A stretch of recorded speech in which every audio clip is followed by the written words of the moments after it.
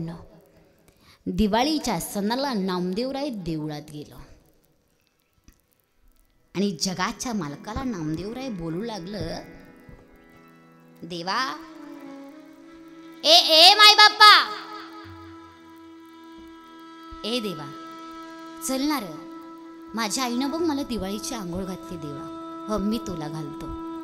नामा, अरे कुठं बाबा, हे देवा, अरे चल की र, अरे माझ्या आईनं मला दिवाळीची आंघोळ घातली म्हणतोय, मी तुला घालतो.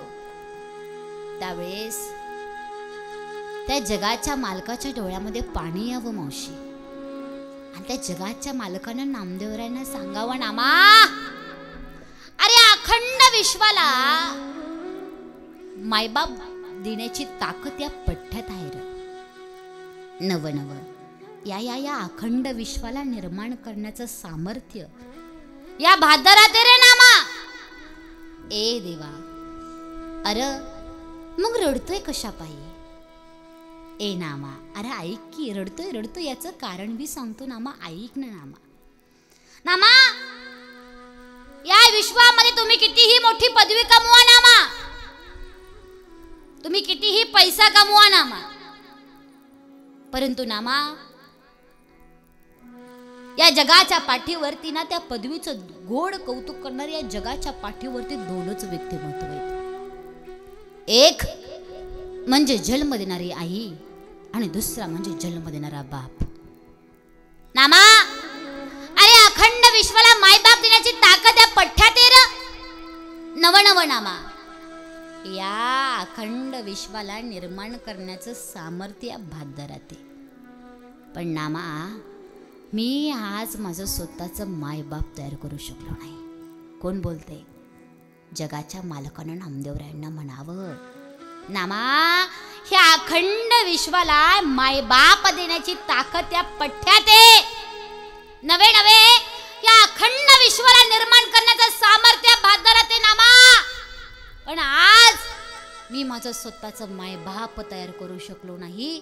अरे या जगाच्या मालकाला, या भगवंताला सुद्धा बोलावं लागलं होतं, त्या देवाला सुद्धा म्हणावं लागलं होतं, स्वामी स्वामी तिन्ही जगाचा, आई विना भिकारी. लक्षात ठेवायचं बरं का, हे बसलेले लक्षात ठेवायचं. अरे ज्या दिवशी तुम्हाला आम्हाला जन्म देणारी आई निघून गेली ना, ज्या दिवशी तुम्हाला आम्हाला जन्म देणारा बाप निघून गेला ना रे, त्या दिवशीने त्या भगवंतानं, त्या परमेश्वरानं तुम्हाला आम्हाला भिकारी केलं म्हणून समजून जायचं. गड्या, भिकारी केलं म्हणून समजून जायचं. अरे बांधलेला बंगला पडला तर पडू द्या, पुन्हा बांधता येतो. मिळवलेली श्रीमंती जात असेल तर जाऊ द्या, पुन्हा मनगडाच्या बळावरती, कष्टाच्या ताकदीवरती पुन्हा मिळवता येते. नवे उगवलेला सूर्य मावळायला जात असेल तर बिंदास जाऊ द्या, काळजी करू नका, तो दुसऱ्या दिवशी पुन्हा उगवेल. परंतु सांगा ना मला, या काळाच्या पडद्याच्या आड आज 1 वर्ष झालं या लेकरांची आई त्यांना सोडून निघून गेली. आज त्या लेकरांनी किती हाक मारू देते आईला, आई ए माय, ए ना ग, एकदा ये गाई, एकदा ये लेकरांसाठी, एक आई. खरं सांगू, ती आई ना पुन्हा कधीही आयुष्यात ते लेकरांना दिसणार नाही. अरे त्या भावंडांना, त्या मुलींना, त्या दादांना त्या आईच निमित्तानं त्यांची आज मावशी दिसेल, आई मावशी दिसेल, काकी दिसेल, आत्या दिसेल, सगळं गणगोत त्या लेकरांना आज या ठिकाणी दिसते.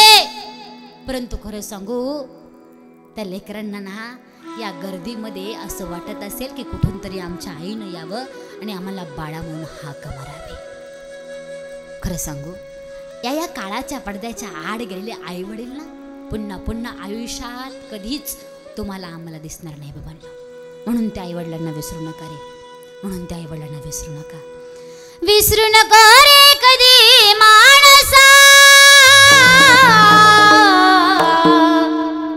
विसरू नको रे कधी माणसा, तुझ्याच आई बापाला काया जिजवून तुझ्या शिरावर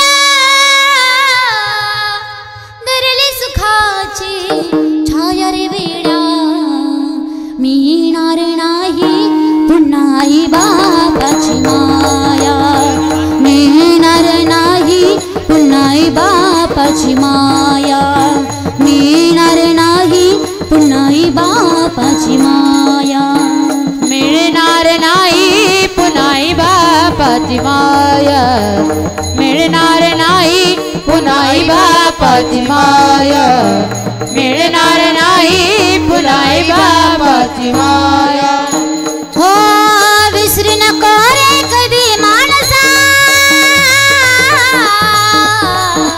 विसरू नको रे कधी माणसा तुझ्याच आई बापाला काया जिजवून तुझ्या शिरावर धरली सुखाची छाया रे वेडा मिळणार नाही पुन्हा आई बापाची माया मिळणार नाही पुन्हा आई बापाची माया मिळणार नाही पुन्हा आई बापाची माया हो तुला मिळेल बंगला माडी शेतीवाडी मोटर गाडी तुला मिळेल बंगला माडी शेतीवाडी मोटर गाडी तुला मिळेल बंगला माडी शेतीवाडी मोटर गाडी तुला मिळेल बंगला माडी शेतीवाडी मोटर गाडी आई बाप मिळणार नाही ही जाण राहू दे थोडी आई बाप मिळणार नाही ही जाण राहू दे थोडी आई बाप मिळणार नाही ही जाण राहू दे थोडी आई बाप मिळणार नाही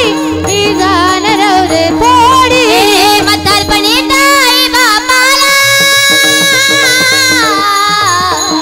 म्हातारपणी आई बापाला लावशील भीक मागाय रे वेडा मिळणार नाही पुन्हा आई बापाची माया मिळणार नाही पुन्हा आई बापाची माया मिळणार नाही पुन्हा आई बापाची माया आई बापाची माया म्हणून नाही का या काळाच्या पडद्याच्या माय बाबा आई वडील आपल्या लेकरासाठी काय करतात ऐकणारी बाबांना आई वडील आपल्या लेकरासाठी काय करतात काय असते माझी आई काय असते माझा बाप सांगून जाईल बाबा मी तुम्हाला ऐका रे फार गरीब कुटुंब आहे एवढी गरिबी की अरे माझा बाप जर दुसऱ्याच्या बांधायला गेला नाही ना तर संध्याकाळची चूल पेटायची नाही एवढी गरिबी देवा अरे गरिबी दे रा पण इतकी बी देऊ नकोस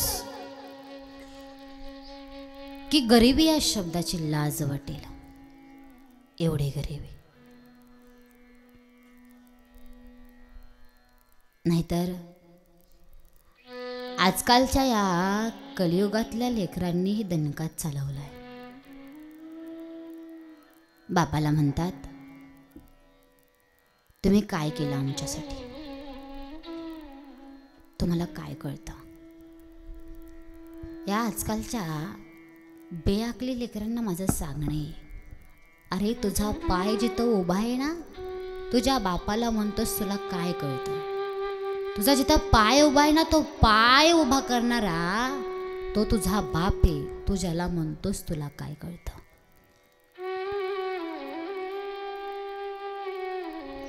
फार गरीब कुटुंब आहे लहानली लेकरं आहेत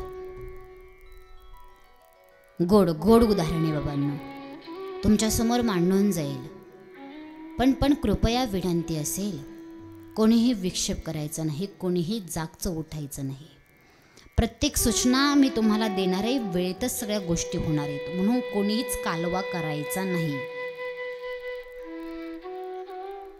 ऐकून जा फार गरीब कुटुंब आहे लहानली लेकरं आहेत न जाऊन मालकिनीनं मालकाला म्हणावं पतीला म्हणावं मालक कुठवर चालायचं असं लेकरं शाळेच्या वयात आली मालक लेकरासनी शाळेत धाडलं पाहिजे तसा बाप चौतळला मालक चौतळला अगं वेडी आहेस का ग बाई अगं इथं एक टायमिंगची चूल पेटवताना माझी नाकी नळ येतात ग माझी बाय आणि तो म्हणतेस लेकरासनी शाळा शिकूया अगे वेडाबाई नाही ग नाही नाही नाही नाही नाही जमायचं माझ्याच्यानं मालक जे आपल्या नशिबाला आलंय जे आपण भोगलंय ते आपल्या लेकरांनी भोगावं नाही, आपल्या लेकरांच्या नशिबाला येऊ नये असं वाटत असेल ना मालक, तर लेकरांनी शाळा शिकू द्या मालक. कशी का शिकू माझी बाय? मालक नका ना काळजी करू मालक, उद्यापासून ना मी तुमच्या बरोबर कामाला येईल मालक. लोकांची धुनी मांडणी करेल मालक, लोकांच्या बंधाऱ्याला बांधाला कामाला जाईल, बंधाऱ्याला कामाला जाईल, सडकाच्या कामाला जाईल मालक. काळजी करू नका ना मालक, उद्यापासून मी बी तुमच्या बरोबर कामाला येईल. मायबाप रोज कामाला जायला लागले. येणाऱ्या पैशातून लेकरांच्या वह्या पुस्तकं खरेदी केली. लेकरं आजी शाळेत जायला लागली. जाईल त्या वर्गात लेकरं पहिला नंबर काढायची. 8वी झाली, 9वी झाली, 10वी झाली, 12वी झाली, first year, second year, last इयरला लेकरं पोहोचले. मोठ्या लेकराचा फोन आला, आई आता तुम्ही कामावर जाऊ नका ग, आता माझ्या कॉलेजची फीस जरा जास्तच आहे ग आई, मी कोण्यातरी हॉटेलमध्ये काम करेल आणि माझ्या कॉलेजची फीस भरेल. बाळा, अरे तू कोण्यातरी हॉटेलमध्ये काम करशील तर तुला पाहिजे त्या पैशाची नोकरी मिळायची नाही दाद्या. तू मोठा हो, तू मोठं शिक्षण घे, तुझ्या कॉलेजच्या फीसची व्यवस्था आम्ही करू. संध्याकाळी बाप घरी आला. बापाला सांगितलं, मालक ज्या शेठकडे तुम्ही कामाला जाताय ना त्या शेठला सांगा वर्षभर 1 रुपया देऊ नका, परंतु ज्या दिवशी माझ्या दादाच्या फीसचं लेटर येईल ना तेव्हा मात्र नाही म्हणू नका. बाप सकाळी उठला, कामाला गेला. रोज मायबाप कामाला जायचे. पाहता पाहता दिवाळीचा सण आला. अखंड गावामध्ये फटाके उडले जात होते, अखंड गावामध्ये आकाश कंदील लावले गेले होते, अखंड गावामध्ये दिवाळी साजरी होत होती. परंतु ना दिवाळी, ना फटाके, ना आकाश कंदील. एक गोड तेलाचा दिवा त्या मायबापानं लावला. त्या गोड तेलाच्या दिव्याच्या शेजारी ते मायबाप बसलं. रात्रभर एवढी रडली की अरे खालची धरती माय ओली झाली. देवा, अरे गरिबी दे की र, पण एवढी बी देऊ नकोस की त्या गरिबी या शब्दाची लाज वाटेल. एवढी गरीब. रोज मायबाप शेतामध्ये कामाला जायचे, राब राब कष्ट करायचे. पाहता पाहता दिवाळीचा सणही गेला.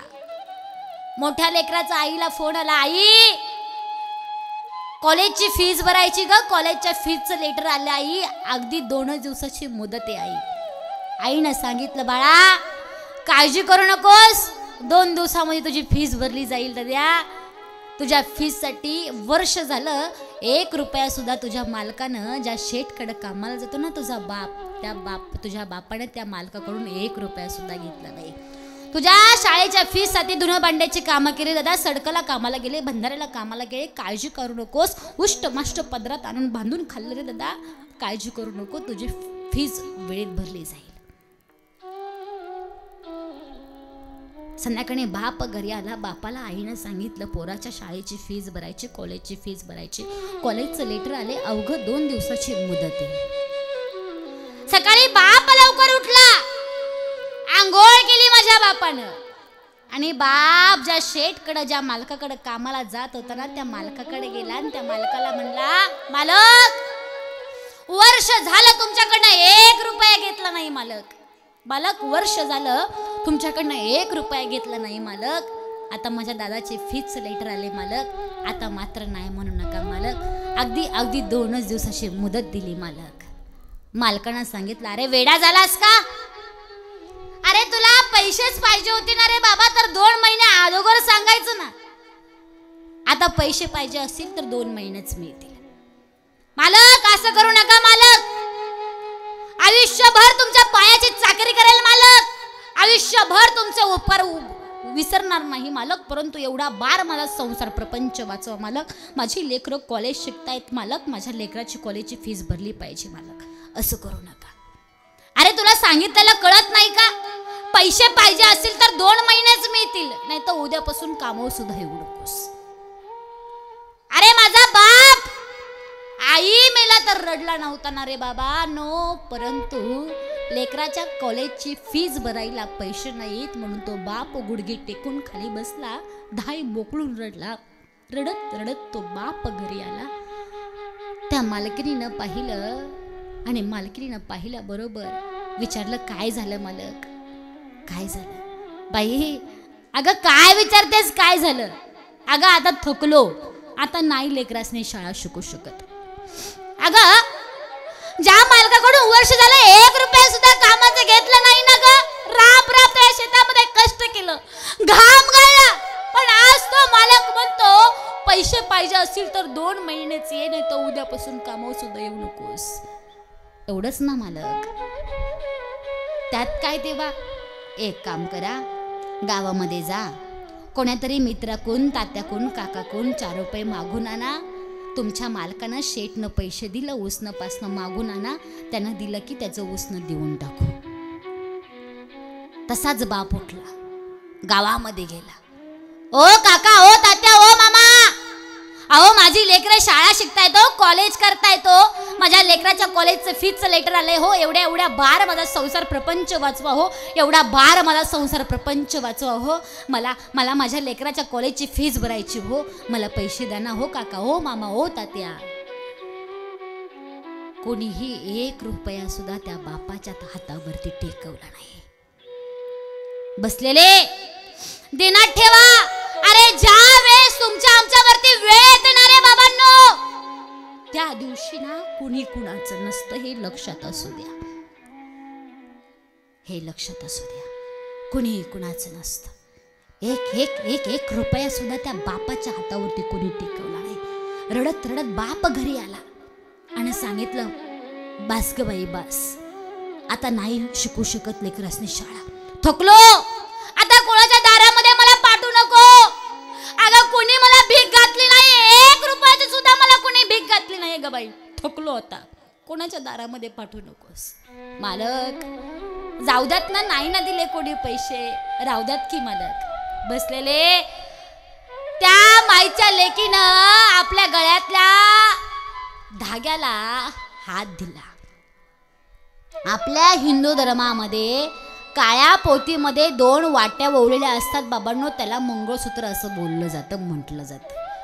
त्या माईच्या लेकीनं त्या मंगळसूत्राला हात दिला, थोडासा हिसका दिल्याबरोबर ते मंगळसूत्र तुटून हातामध्ये आलं आणि सांगितलं, मालक हे घ्या आणि कोण्यातरी सोनाराकडे घाण ठेवा आणि दादाच्या कॉलेजची फीस भरा.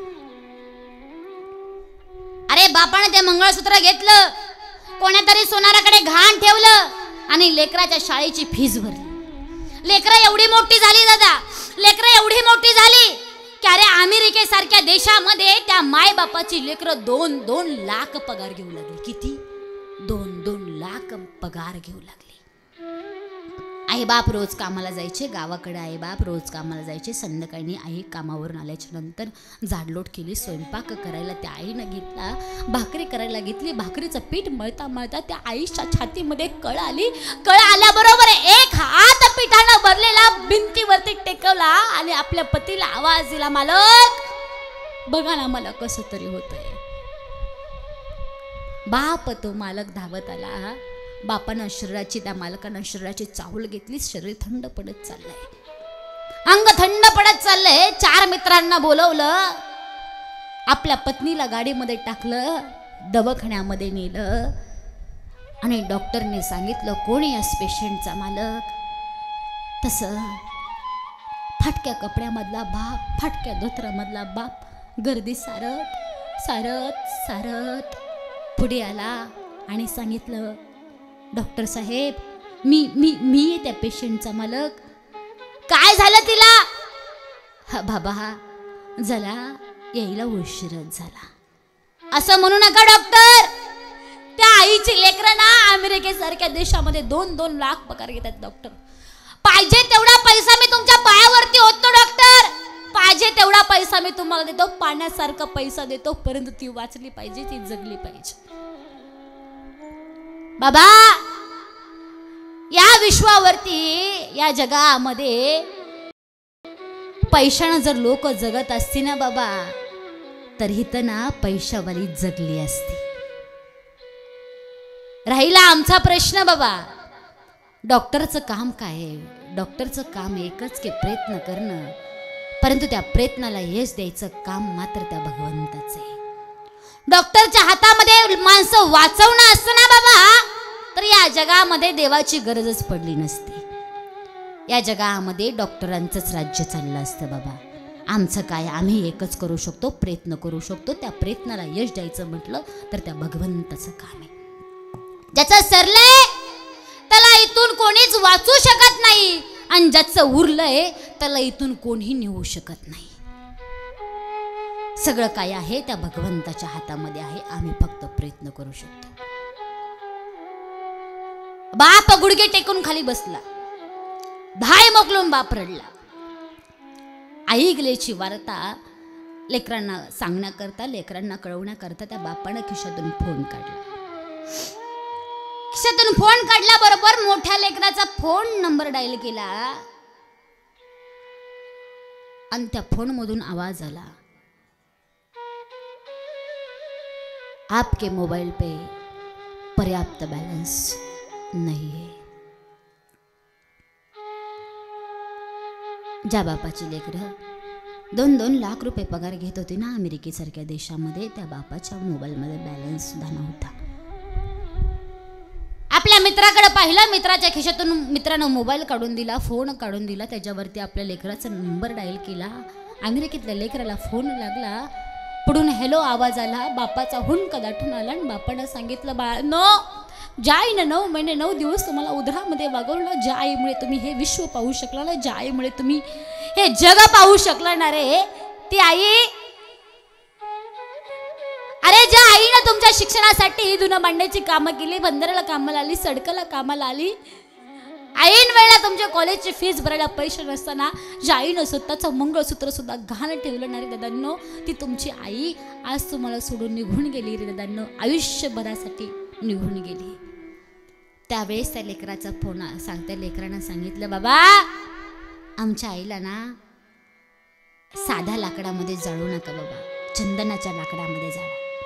बाबा आमच्या आईला रॉकेलचे डबे वापरू नका, बाबा आमच्या आईला तुपाचे डबे वापरा. बाबा आमच्या आईच्या अशी भली मोठी अंत्ययात्रा काढा. बाळा अरे हे सगळं मान्य आहे रे मला, पण अरे तुम्ही कधी येताय?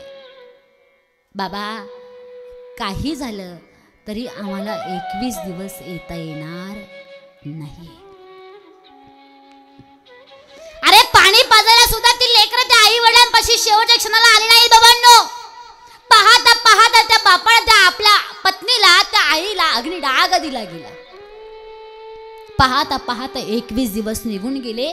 बारकं लेकरू आलं. बारकं लेकरू आल्याच्या नंतर बाप बस स्टँडवरती त्या लेकराला भेटण्याकरता गेला, आणण्याकरता गेला. हा पाहिलं आपलं जवळच असं कोणी नव्हतं की त्याच्यापाशी आपलं मन हलकं व्हावं, आपलं दुःख हलकं व्हावं, असं कोणी नव्हतं त्या बापापाशी. बापाचा हुंदक दाटून आला, बाप धाय मोकळून रडला. बापाचं दुःख नाहीसं झालं, जसं लेकराला भेटल्याबरोबर बापाचं दुःख नाहीसं झालं. आणि बाप त्या लेकराला म्हटला, दादा अरे अरे तू आला पण दादा नाही का आला? बाबा आमचं अमेरिकेतच ठरलंय, आईच्या वेळेस तू जायचं आणि बापाच्या वेळेस मी जाणार. अरे हे तर ना जित्यापणे वाट लावणारी लेकरं पिढी आज जन्माला आली बाबांना. शेवटच्या क्षणाला जेव्हा वेळेस ती लेकरं पाणी पाजायला नसतात ना, अरे आज कित्येक घटना आहेत जी लेकरं आपल्या आई वडिलांना वृद्धाश्रमामध्ये टाकतात ना. खरं सांगू शेवटच्या क्षणाला जी लेकरं आपल्या आई वडिलांना पाणी पाजायला सुद्धा नसतात ना, त्यावेळेस ते वृद्ध आश्रमातले आई वडील सुद्धा अंतकरणातून एकच बोलतात. ऐका ना ते आई वडील काय म्हणतात.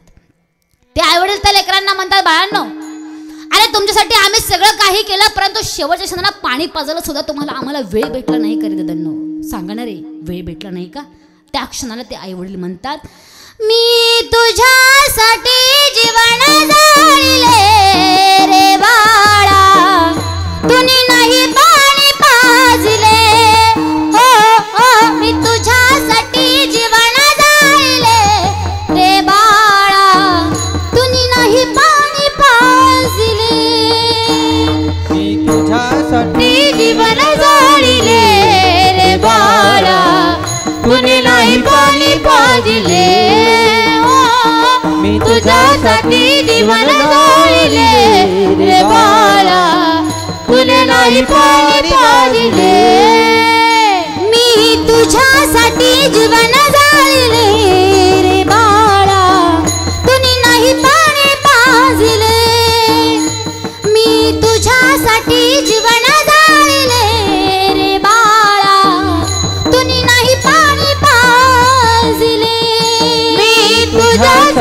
जीवन गाळिले रे बाळा तुने नाही पाणी पाजिले मी तुझ्यासाठी जीवन गाळिले रे बाळा तुने नाही पाणी पाजिले मेल्यावरती रडत कशाला उगीच ताण नको देऊ गशाला उगीच ताण नको देऊ गशाला उगीच ताण नको देऊ गशाला मेल्यावरती रडत कशाला उगीच ताण नको देऊ गशाला उगीच ताण नको देऊ गशाला उगीच ताण नको देऊ गशाला नको देखावा दाव जगाला मोडला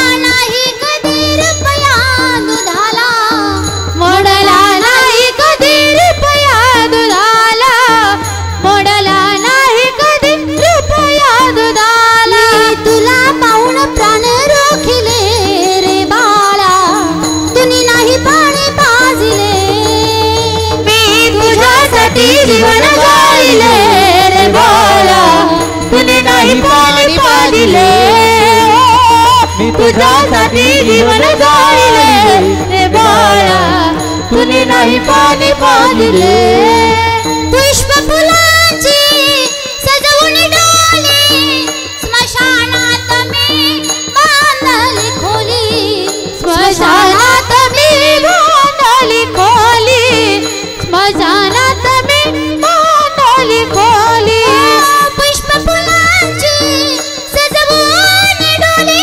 स्मशानात मी बांधली खोली स्मशानात मी बांधली खोली स्मशानात मी बांधली खोली आता तुझ्याशी कोणी ना बोली शेवटी अंगठाने पाणी प्याले शेवटी अंगठाने पाणी प्याले मी तुझ्यासाठी जीवन गाळिले रे बाळा तुने नाही पाणी पाजिले मी तुझ्यासाठी जीवन गाळिले रे बाळा तुने नाही पाणी पाजिले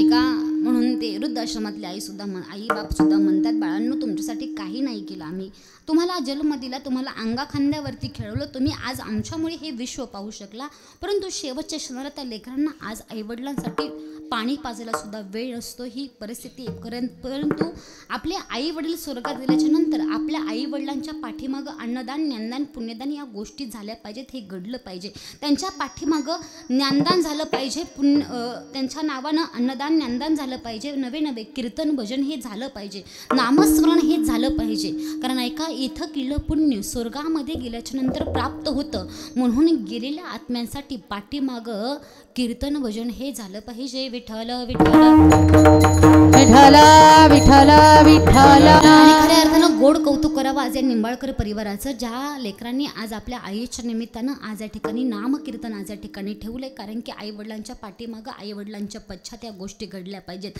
बाबांनो जन्माला आल्याच्या नंतर प्रत्येकाला हे जाणं निश्चित आहे आजी तुम्ही जाणार आहे का मी बी जाणार आहे बया हां प्रत्येकाला जावं लागतं आजी तुमची नथ तुमच्या संग येणार आहे का तुम्ही चष्म्यावाल्या येणार आहे का नाही जाऊ ते जाताना तेवढी माझ्या नावं करून जा असं माणसाच्या सोबत फुटकी कवडी सुद्धा येत नाही बाबांनो ऐका खाटीवरती यायचं आणि ताटेवरती जायचं ही माणसाचं आयुष्य सुंदर कवाली तुमच्या समोर 2 मिनिटात मांडेल ऐका सुंदर कवाली लकड़ीची कवाली जीते भी लकड़ी मरते भी लकड़ी देख तमाशा लकड़ी का दुनिया वालों तुम्हें सुनाऊं एक लकड़ी की कहानी जब मैं पैदा हुआ तो खाट बनाई लकड़ी की बालपन में मुझे झुलाया झूला बनाया लकड़ी का जीते भी लकड़ी मरते भी लकड़ी देख तमाशा लकड़ी का दुनिया वालों तुम्हें सुनाऊं एक लकड़ी की कहानी जब मैं चलने लगा तो घोड़ा बनाया लकड़ी का जब मैं पाठशाला में जाने लगा तो लेखनी भी बनाई लकड़ी की। जीते भी लकड़ी मरते भी लकड़ी, देख तमाशा लकड़ी का, दुनिया वालों तुम्हें सुनाऊं एक लकड़ी की कहानी। जब मैं 12 साल का हुआ तो गिल्ली डंडा बनाया लकड़ी का, और 16 साल में मेरी शादी रचाई तो मंडप भी बनाया लकड़ी का। जीते भी लकड़ी मरते भी लकड़ी, देख तमाशा लकड़ी का, दुनिया वालों तुम्हें सुनाऊं एक लकड़ी की कहानी। जब मैं बूढ़ा हुआ तो टेका लिया लकड़ी का, और जब मुझे स्मशान में जला दिया तो चिता भी बनाई लकड़ी की। जीते भी लकड़ी मरते भी लकड़ी, देख तमाशा लकड़ी का, दुनिया वालों तुम्हें सुनाऊ एक लकडी की कहाणी। माणसाचं आयुष्य काय, खाटेवरती यायचं आणि ताटेवरती जायचंय, हे माणसाचं आयुष्य।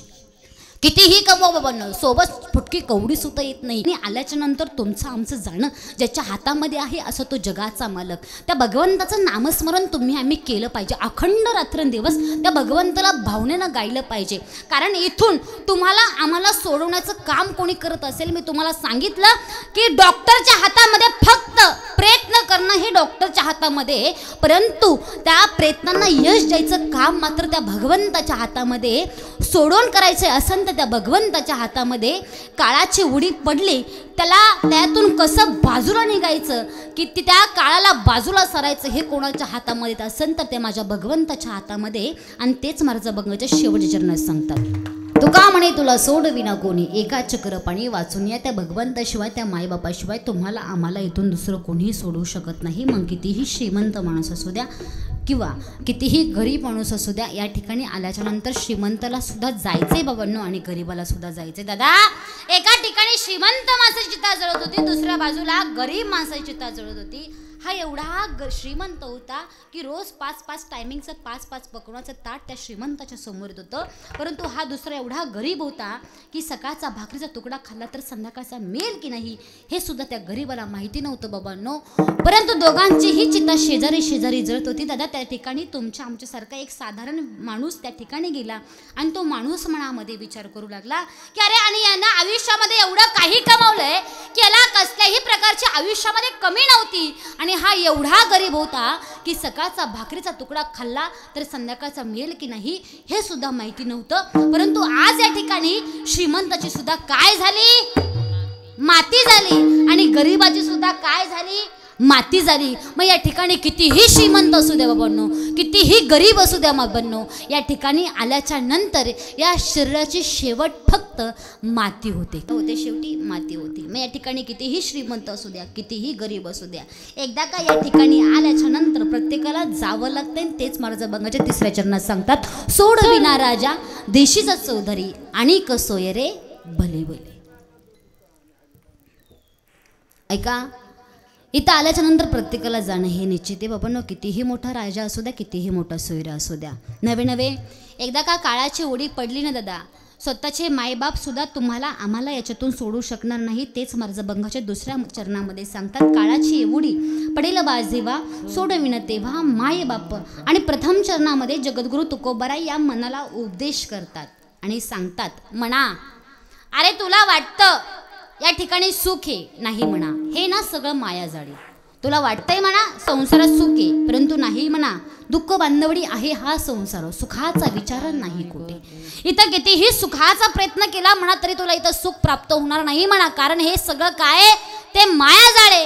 म्हणून जगद्गुरु तुकोबाराय अभंगाच्या प्रथम चरणामध्ये तुकोबाराय मनाला उपदेश करतात की नको नको म्हणा गुंत मायाजाळी, काळ आला जवळी ग्रासावया। सर्वांनी हात वरती करायचे, केले का स्ट्रेट, पाठीमाग सर्वांनी हात वरती करायचे।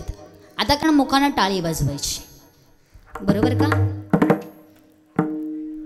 हातानं मोठ्यानं बोलायचं, हातानं आणि मुखानं नामस्मरण विठोबा रखुमाई, ठोपा रखुमाई, ठोबा रखुमाई, ठोपा रखुमाई, ठोबा रखुमाई, ठोपा रखुमाई, ठोबा रखुमाई, ठोपा रखुमाई, ठोबा रखुमाई, ठोपा रखुमाई, ठोबा रखुमाई, ठोपा रखुमाई, ठोबा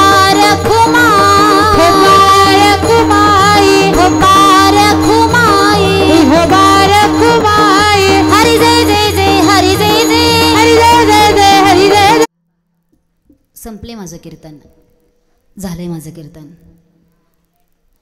परंतु या 15 मिनिटांमध्ये जे मी तुम्हाला सांगेल ना ते मात्र प्रत्येकाने घरी घेऊन जायचे. ऐका, सर्वांनी तहाड बसायचे. शिक्ष आजी, लेकी संग नंतर गप्पा मारा, तहाड बसा. ऐका, आई वडिलांचं महत्त्व सांगत असताना बाबांनो, मी तुम्हाला कधी सांगायचे नाही त्या देवाला हात जोडा, त्या देवाच्या पाया पडा, कधी कधी म्हणायचे नाही. परंतु ऐका, आई वडिलांना हात जोडल्याशिवाय राहू नका, तुमचं निश्चित चांगलं होईल. आई वडिलांचं महत्त्व दादा आपल्या वारकरी संप्रदायाने सांगितलं.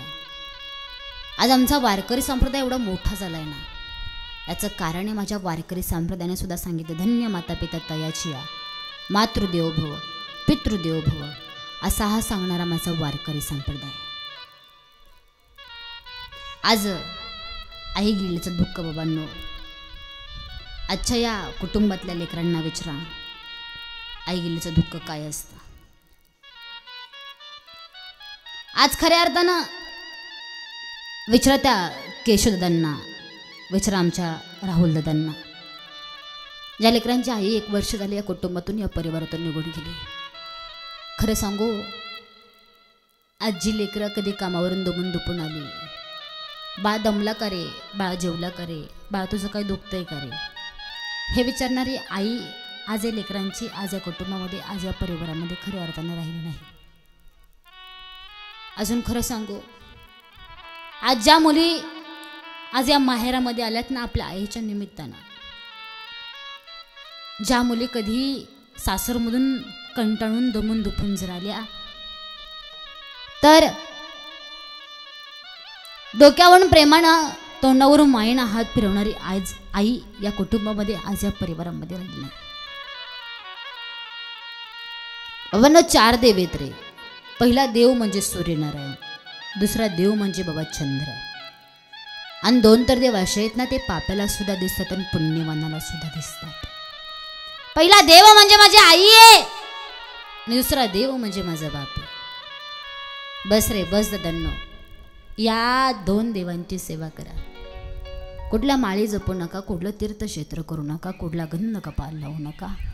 तुम्हाला कमी कष्टामध्ये जास्त प्राप्ती करायची असेल तर आईवडिलांची सेवा करा. तुम्हाला कमी कष्टामध्ये जास्त प्राप्ती झाल्याशिवाय राहायची नाही. अरे आई तुम्हाला आहे बाबांनो, आई मला आहे. आपल्या आईनं मरावं, आपल्या आईनं जावं आणि शेजारशीनं म्हणावं, बाई ग रडू नकोस ग, मी तुझ्या आईसारखी. पण खरं सांगू, ती शेजारीन आईसारखी, परंतु ती आई होऊ शकत नाही ना, हे तितकंच खरं आहे. आई आईच असते. तुम्ही कितीही मोठा बंगला बांधा, परंतु बसते जोपर्यंत तुमच्या बंगल्याच्या ओट्यावरती तुमचे म्हातारे मायबाप जिवंत आहेत ना, तोपर्यंत खरं सांगू तुमच्या बंगल्याच्या ओट्याला शोभा आहे. एकदा का ते म्हातारे मायबाप निघून गेले ना, संपली तुमची बंगल्याची किंमत, संपली तुमची बंगल्याची शोभा. कोणी कोणी नाही विचारणार. आज विचारा या माता माऊल्यांना, का ग माता माऊली हो, गेला होता का ग दिवाळीच्या सणाला? या माता माऊल्या मला सांगतील, तायडे अगं ज्या माहेरामध्ये आमचे मायबापच राहिले नाहीत ग तायडे, त्या ठिकाणी कसला गेला आमचा दिवाळीचा सण तायडे, आणि कसलं गेला आमचं माहेर पण. ज्या दिवशी त्या मायमाऊलीचा माहेरातले मायबाप संपतात ना रे, त्या दिवशी त्या मायमाऊलीचं माहेर संपतं. मी म्हणत नाही भाऊजीव लावणार नाही, माझं मत अजिबात असं नाही बाबांना. परंतु खरं सांगू, ज्या वेळेस त्या लेकीच्या आईबाप माहेरामध्ये जिवंत असतात ना, त्या आईबापाला भेटण्याची ओढ त्या लेकीची वेगळी असते. त्या आईबापाला भेटण्याची ओढी करता ती लेक धावून येते हो त्या आईवडिलांपाशी, धावून येते. अरे त्या मुलीनं आपल्या माहेरामध्ये जावं आणि त्या मुलीच्या भावाचा मुलगा कुठेतरी ओट्यावरती खेळत असावा, आणि त्यानं जसं आत्याला पाहिला बरोबर, त्या लेकरानं आजीला आवाज द्यावा, आजी ते बघ की आत्या आली आत्या. 75 वर्षाची म्हातारी असू दे रे, टणकन उभी राहते, काठी हातामध्ये घेते, दन दन दन करीत दरवाजापर्यंत येते, आपल्या लेकीच्या तोंडावरून हात फिरवते आणि त्या तायडीला म्हणते, माय लय दिवसातून दिसली होतीस ग माझी माय, लय दिवसातून दिसलीस बाळा ग. अगं कधी तुला डोळे भरून पाहिलं ना ग, असं झालं होतं ग तायडे, एवढ्या दिवसातून तुला पाहिलं आणि कंठ दाटून आला ग बाळा. काय ग तुझा संसार प्रपंच बरा आहे ना व, तुला कोणी उन्हत उन्हत तर बोलत नाही ना, तुला कोणी सासरूस तर करत नाही ना ग बाळा. अगं तुझं सगळं ठीक चाललंय ना ग बाळा. अरे हे हे हे विचारणार ना ती आई असते.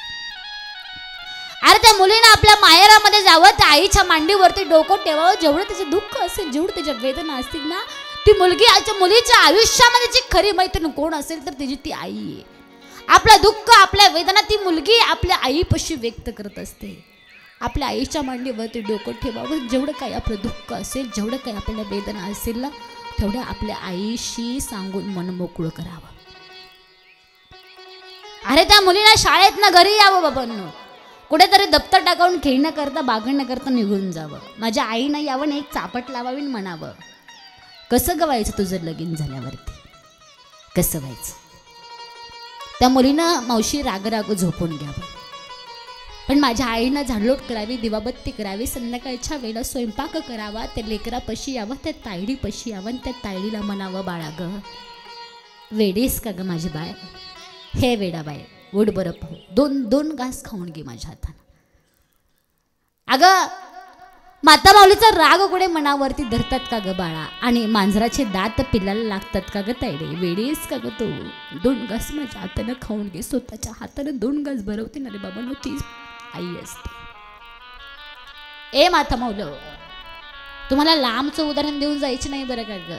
खरं सांगू दादा, ज्या वेळेस मी 9वी 10वी मध्ये होते ना, शाळेतनं लवकर आलं की झोपे जायचे हो, परंतु माझ्या आईनं कधी मला उपाशी झोपवलं नाही. स्वतःच्या मांडीवरती घ्यायची, दोन घास भरवायची, मग झोपी लावायची. खरं सांगू, रात्री अपरात्री कितीही वाजता कार्यक्रमावर उद्या, परंतु जोपर्यंत येत नव्हते ना तोपर्यंत ती माय माऊली झोपायची नाही. आल्याबरोबर कधी बाहेरचं खात नव्हते का, तर त्या आईच्या हातचं खाल्ल्याशिवाय पोट भरत नव्हतं माझं. हे माता माऊल, तुम्ही कितीही सुग्रण असा ग, परंतु खरं सांगू, आज जेव्हा जेव्हा मी माझ्या माहेरामध्ये जाते ना ग, तिच्या बाहेर उंबरट्याच्या बाहेर चप्पल काढते त्या आईच्या, आणि त्या आईचं पहिलं टोपलं उचकटाय जाते का, तर त्या आईच्या हातचं खाल्ल्याशिवाय ते लेकीचं पोट भरत नाही. एवढी ताकद त्या मातृत्वामध्ये. अशी कधी कधी वेळ येते ना, गेल्याच्या नंतर त्या आईपाशी झोपल्याच्या नंतर आजही ती आई स्वतःच्या हातानं मला घास भरवते. आईचं लेकीचं नातं हे खूप वेगळे बाबा, जगा वेगळं नाते, तुलना करू शकत नाही आईच्या प्रेमाची बाबांनो. अरे तुलना करू शकत नाही. म्हणून बाबांनो, त्या आई वडिलांची सेवा करा रे. त्या आई वडिलांना वृद्धाश्रमामध्ये टाकू नका, कारण आज या मुली आलेत ना या माहेरामध्ये, त्या लेकींना विचारा आईगिरीचं दुःख किती असतं. अपार प्रेम होतं ताई आमच्या आईचं आमच्यावरती, अपार प्रेम होतं. आणि खऱ्या अर्थानं त्या मायमाऊलीनं त्या लेकरांना चांगल्या प्रकारच्या शिक्षणाची शिदोरी, संस्काराची शिदोरी देऊन आज त्या लेकरांचा संसार प्रपंच आज त्यांच्या पायावरती उभा करून दिला आहे. आणि आज 1 वर्ष झालं त्या आईनं त्या आज या कुटुंबातून, आज या परिवारातून जाणं केलं. अरे कौन सी चीज है कि जहां नहीं मिलती, सब मिल जाता है बाबांनो, पर वो माँ बाप नहीं मिलती. या विश्वाच्या बाजारामध्ये, या जगाच्या बाजारामध्ये जर आपण गेलो तर प्रत्येक गोष्ट दादा तुम्हाला आम्हाला विकत मिळेल, परंतु खरं सांगू, या विश्वाच्या बाजारामध्ये या काळाच्या पडद्याच्या आड गेलेली ती आई आणि तो बाप तुम्हाला आम्हाला पुन्हा कधीच मिळणार नाही. अरे 10 रुपयाची बॅटरी घ्यायची म्हटलं तर आपण 10 वेळा त्याची गॅरंटी विचारतो, परंतु जिनं 9 महिने 9 दिवस गर्भपोटामध्ये वागवला, तुम्हाला आम्हाला जन्म दिला, भविष्यात सांभाळेल की नाही सांभाळेल याची काडीचीही गॅरंटी नसताना तुम्हाला आम्हाला जन्म देते ना ती आई असते. या विश्वातून, या जगातून जाण्याचे अनेक मार्ग आहेत दादा, अनेक मार्ग आहेत, परंतु या विश्वामध्ये, या जगामध्ये प्रवेश करण्याचा मार्ग कोणी असेल, या जगामध्ये प्रवेश करण्याचं द्वार कोणी असेल ना रे बाबांनो, तर ती तुमची आमची आई आहे. हे लक्षात ठेवा. एका जाणत्यानं प्रश्न विचारला अग्निदेवतेला, का रे अग्निदेवता, अरे एखादा माणूस, रोज एक माणूस तुझ्या सानिध्यामध्ये, तू त्या माणसाचं सगळं काही जळतोस, ज्या चेहऱ्यावरती हजारो रुपये खर्च केलाय त्या चेहऱ्याचा एकही स्पेअर पार्ट शिल्लक राहत नाही रे अग्निदेवता. तू ते मडा अख्खा रात्रभर तुझ्या सान्निध्यामध्ये असताना ए अग्निदेवता तू त्याचं सगळं काही जाळतो रे, परंतु त्या माणसाची तू हाडं का जाळत नाही. त्या अग्निदेवतेने एवढं सुंदर उत्तर दिलं दादा. त्या अग्निदेवतेने सांगितलं बाबा माणसाचं सगळं काही जाणं हे माझ्या हातात आहे, परंतु त्या माणसाची हाडं ज्या आईच्या दुधाने मजबूत बनतात ना त्या आईच्या दुधाला जाण्याची ताकद ही माझ्यामध्ये नाही. ही आईच्या दुधाची ताकद आहे बाबा. अरे आई वडिलांवरती प्रेम ऑनलाईन नाही तर ऑफलाईन करा, कारण तुम्ही जन्म घेतलाय, डाउनलोड नाही झाला. हे लक्षात असू द्या बाबांना, लक्षात असू द्या. म्हणून त्या आईवडिलांची सेवा करा. ज्या माईमाऊने तुम्हाला आम्हाला जन्म दिला त्या आईवडिलांचे तुमच्या आमच्यावरती अपार उपकार आहेत. ऐका ना, गोड गोड कविता आहे तुमच्यासमोर मांडील. आज ती लेकरं अंतकरणातून म्हणत असतील आई तू आम्हाला का सोडून गेलीस, सांग ना ग माय. आज आम्ही आई म्हणून कोणाला हाक मारू. अंतकरणातून ती लेकरं म्हणतायत सोडून गेली आई आम्हा लेकराला, आई आई आई आई म्हणू मी कोणा